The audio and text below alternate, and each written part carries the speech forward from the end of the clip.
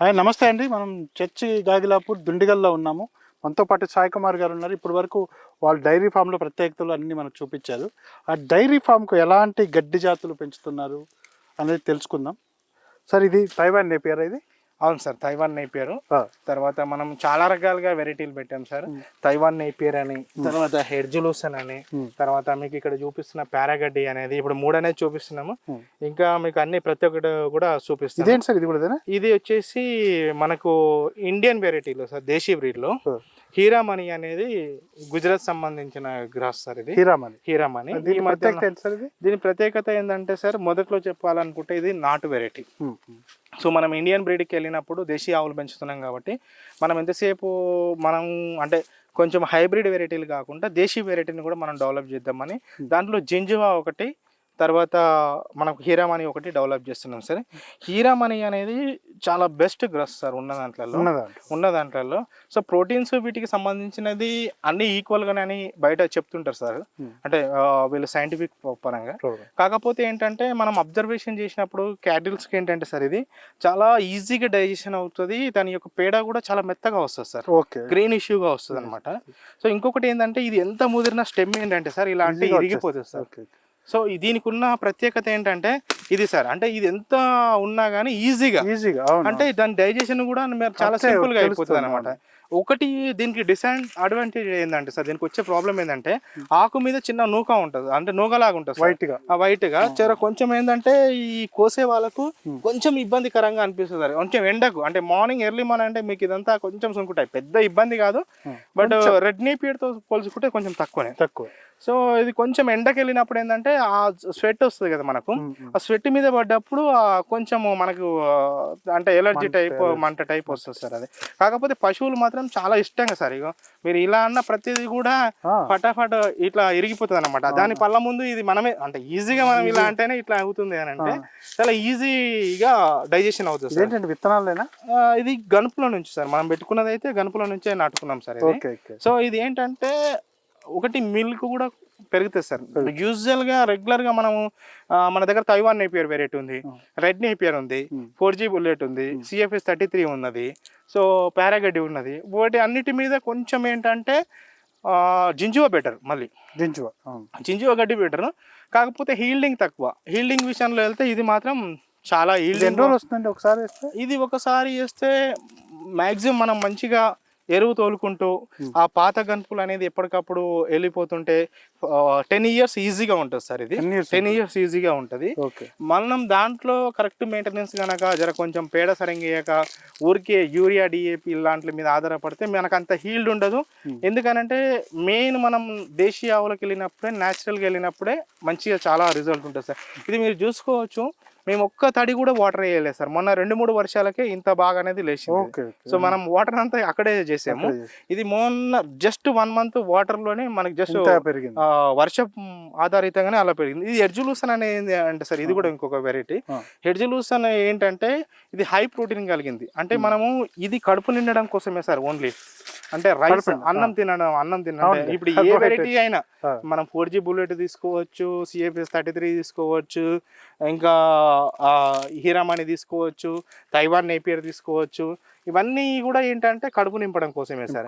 ఇది కొంచెం protein levels అంటే మనము దానా ఖర్చు అనేది ఎప్పుడైతే తగ్గించుకోవాలి అనుకుంటామో, ఒక పశువుకు కనీసము అంటే మనం ఇవ్వగలిగితే ఈ ఒక 3 kgs 4 kgs రోజుకి ఇవ్వగలిగితే దానా ఖర్చులు అనేది చాలా తగ్గించుకోవచ్చు. ఇది ఏంటంటే డైరెక్ట్ వేస్తే కొంచెం తినవు, కాకపోతే దీన్ని చాపింగ్ లో చేయడం వల్ల, మిక్సింగ్ చేయడం వల్ల చాలా ఇష్టంగా తింటాయి. చాలా అంటే చాలా ఇష్టంగా తింటాయి. ఇది కూడా పెద్దగా అంత ఏమి ఉండదు సార్, అంటే ఈజీగానే అయిపోతుంది.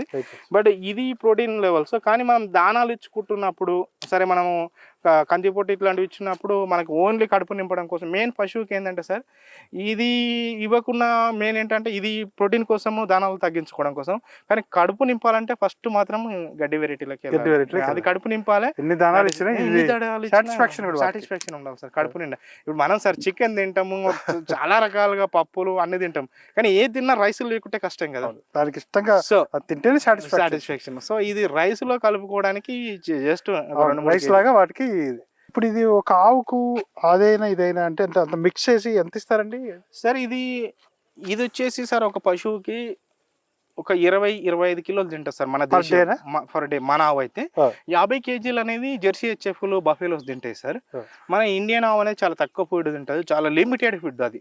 టైం టు టైం తింటుంది, టైం టు టైం మెయింటైన్ చేస్తుంది. మన దగ్గర ఉన్న అన్ని నాటు ఆవులు దేశీ ఆవులు కాబట్టి మేము ఇది ఒక 20 కేజీస్ అడిషనల్గా ఒక 5 to 10 కేజీస్ మన ఎండు కుట్టి వేసుకుంటాం. ఈ రెండు కలిపి ఒక 30 కేజీలు వేస్తాం సార్. ఎండు కుట్టి అండ్ పచ్చిగుడ్డి ఒక పశువుకి వచ్చేసి పచ్చిగడ్డి వచ్చేసి. తర్వాత ఇది మనము ఒక 3 నుంచి 4 కేజీలు వేసుకోవచ్చు సార్ ఒక పశువుకి. 2 నుంచి 4 కేజీలు. అంతకంటే ఎక్కువ వేసుకుంటే వాటికి అజీర్తి అనేది ఏర్పడుతుంది, డైజెషన్ అనేది కొంచెం కరెక్ట్ ఉండదు, ప్రోటీన్ ఎక్కువ ఉంటుంది కాబట్టి కొంచెం అజీర్తి ఏర్పడే సమస్య ఉంటుంది సార్. ఇది ఎన్ని రోజుల్లో వస్తుందండి ఈ గడ్డి? తైవాన్ నేపియర్ ఏ గ్రాస్ అయినా సార్ ఒక 5 days అటు ఇటులో 45 daysలో వస్తుంది సార్. 45 daysలో హై హీల్డింగ్ అనేది. హీల్డ్ ఎక్కువ విషయానికి వెళ్తే నేనున్న గ్రాసులలో సార్ నేను తైవాన్ నేపియర్ పెట్టాను, హీరామాని పెట్టాను, రెడ్ నేపియర్ పెట్టాను, 4G బుల్లెట్ పెట్టాను, అండ్ మన దగ్గర ఇంకొకటి ఈ మన సూపర్ నేపియర్ కూడా ఉన్నది. సో దాంట్లో ఏంటంటే 4G బుల్లెట్ అనేది కొంచెం హీల్డ్ ఎక్కువ వస్తుంది సార్. హీల్డ్ ఎక్కువ వస్తుంది, కొంచెం అది స్టెమ్ అనేది గట్టి పడిపోతుంది. గట్టిగా ఉంటే తింటాయండి ఇష్టంగానే? గట్టిగా ఉంటే కొంచెం ఏంటంటే సార్ అది అంత ఇష్టంగా తినదు, బట్ మనం చాపింగ్ కాబట్టి ఇబ్బంది ఏం లేదు సార్. ప్రతి 45 daysకు ఒక కోత అనేది తీసుకోవచ్చు సార్ మనం. 45-30 daysకు మనము ఒక్కొక్కసారి మనకి ఏంటంటే కొంచెం లేట్ అవుతుంది, ఎందుకంటే మనం యూరియా ఇట్లాంటివి మీరు చూడొచ్చు అంటే మరీ థిక్ గ్రీన్ ఉండదు, నార్మల్గా ఉండదు. అంటే దాని యొక్క స్థితిని బట్టి. అంటే ఇంకొకటి మీకు దీంట్లో సార్ నేను మర్చిపోయాను, మన హీరామణి ఉంది కదా, హీరామణిలో అడ్వాంటేజ్ ఏంటంటే డ్రై మ్యాటర్ కూడా ఉంటుంది సార్ బాగా. డ్రై అండ్ మీకు ఇది చాలా పెద్దగా ఒక 15 feet వరకు పెరుగుతాయి సార్. హీరామణి కూడా చాలా పెద్దగా, నేను పాత వీడియోలు ఉన్నాయి మా దగ్గర, మొన్న వర్షానికి పెరిగినాయి.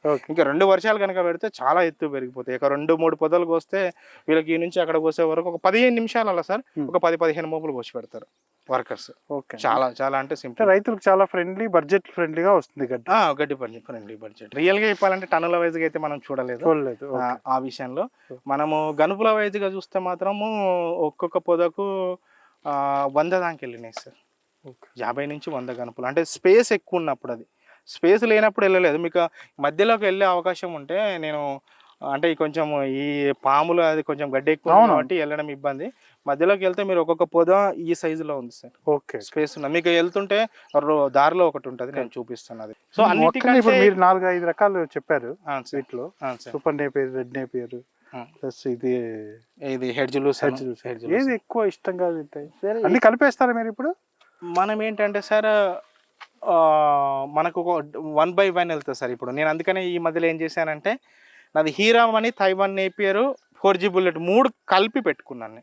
ఇష్టంగా తింటాయా? ఇష్టంగా. ఇండివిజువల్ గా వేస్తే ఇండివిజువల్ గా చేసినప్పుడు ఏమవుతుందంటే సార్ హీరామణి ఎక్కువ తింటాయి. హీరామణి కంటే అన్నిటికంటే ఫస్ట్ ప్లేస్ వచ్చేసి జింజువా సార్. జింజువానే సార్. మీరు ఏ గ్రాస్ వేసినా జింజువా తిన్నంత ఇష్టంగా ఏ గడ్డి తినవు. టేస్ట్ అంటే టేస్ట్ చాలా టేస్ట్. ప్రోటీన్ కూడా హై ప్రోటీన్, 8% ప్రోటీన్, 8 నుంచి 10 వరకు ఉంటుంది సార్. అంటే జింజువాలో మా గురువు గారు చెప్పారు స్టార్టింగ్ లో, విజయరామ్ సార్ గారు. జింజువా అనేది చాలా అంటే చాలా నాటు వెరైటీ, కాకపోతే దానికి కొంచెం మనం టైం టు టైం కటింగ్ చేయాలి సార్. ఇప్పుడు మామూలుగా ఒక 10 ఆవులు, 10 బఫెలోస్ కానీ 10 ఆవులు కానీ ఉంటే దానికి ఎన్ని ఎకరాల్లో ఈ గడ్డి పెంచుకుంటే సరిపోద్దండి?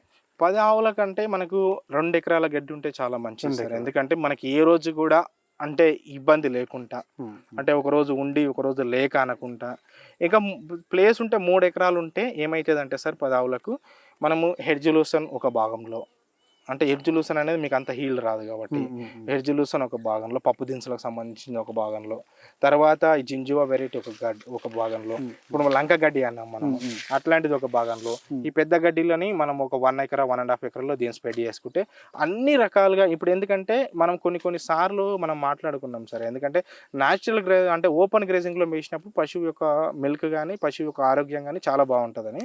సో అట్లాంటి మనకు అవకాశాలు లేనప్పుడు అట్లీస్ట్ కొన్ని రకాలుగా ఒక 7-8 రకాల వెరైటీస్ గ్రాసులు ఇవ్వడం వల్ల మనము కొద్ది వరకు పశువు యొక్క ఆరోగ్య స్థితిని అనేది మనం కాపాడుకోవచ్చు సంపూర్ణంగా. కొంతమంది రైతులు సిటీలో కానీ కొంతమంది పట్టణ వ్యవస్థలో వాళ్ళ గడ్డి పండించుకోవడానికి స్థలం ఉండదు, వాళ్ళు కొనుక్కొని చేస్తుంటారు. ఆ గ్రాస్ మంచిదేనండి పెట్టచ్చు సార్? అది మంచిదేనంటే ఒకటి సార్, మనం క్యాటిల్స్కి వెళ్ళినప్పుడు ఫస్ట్ దాన్ని బ్రతికించుకోవాలి. సో మనం ఏంటంటే వాళ్ళకి అవకాశం లేదు. సో నేనేం అందుకని అంటానంటే ప్రతిసారి కూడా ఏంటంటే అవకాశం ఉన్నప్పుడు ఇప్పుడు మనము 2 ఎకరాస్లో ఈ గడ్డి పెట్టుకుంటే సరిపోతుంది. కానీ నేను 1 ఎకరా అనేది ఇంకా అడిషనల్గా పెట్టాను. ఎందుకనంటే అవకాశం ఉంటే కొంచెం ముందుకెళ్ళొచ్చు, ముందుకెళ్ళి దాని యొక్క ఆరోగ్య స్థితిని అదంతా.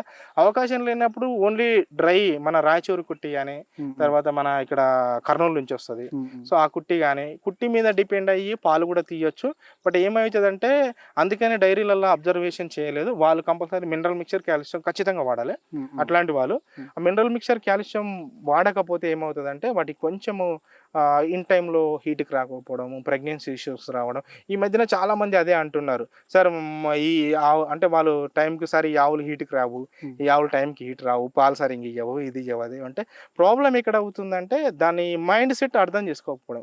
ఇప్పుడు గుజరాత్లో సరే ఎక్కువ ఏంటంటే ఈ పల్లి చెక్క ఎక్కువ వాడతారు, పల్లి పొట్టు వాడతారు. అంటే పల్లి నుంచి వేరుశనగల నుంచి తీసిన వేరుశనగ పొట్టు వాడతారు ఎక్కువ. అక్కడ పశువు అనేది చాలా నిండుగా కనపడుతుంది, ఇక్కడికి వచ్చినాక మొత్తం తగ్గిపోతుంది. సో దానికి ఎందుకంటే ఈ ఫుడ్ ఇదంతా కొంచెం కొత్తగా కనపడుతుంది.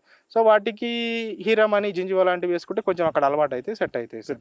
అట్లా మనకు వేరుశనగ పొట్టు అందుబాటులో ఉండదండి? వేరుశనగ పొట్టు కష్టం సార్, కష్టం. ఇంకొకటి వేరుశనగ పొట్టు అనేది వేసినప్పుడే చాలా బలంగా ఉంటుంది, వర్షాకాలంలో కొంచెం ఆవు అనేది మెతక అయిపోతుంది, సీజనల్ కాబట్టి మెతక అయిపోతుంది. తప్పకుండా సార్, ఈ గ్రాస్ గురించి చాలా డైరీ మెయింటైన్ చేసే వాళ్ళు చాలా మంచి ఇన్ఫర్మేషన్ అందించారు.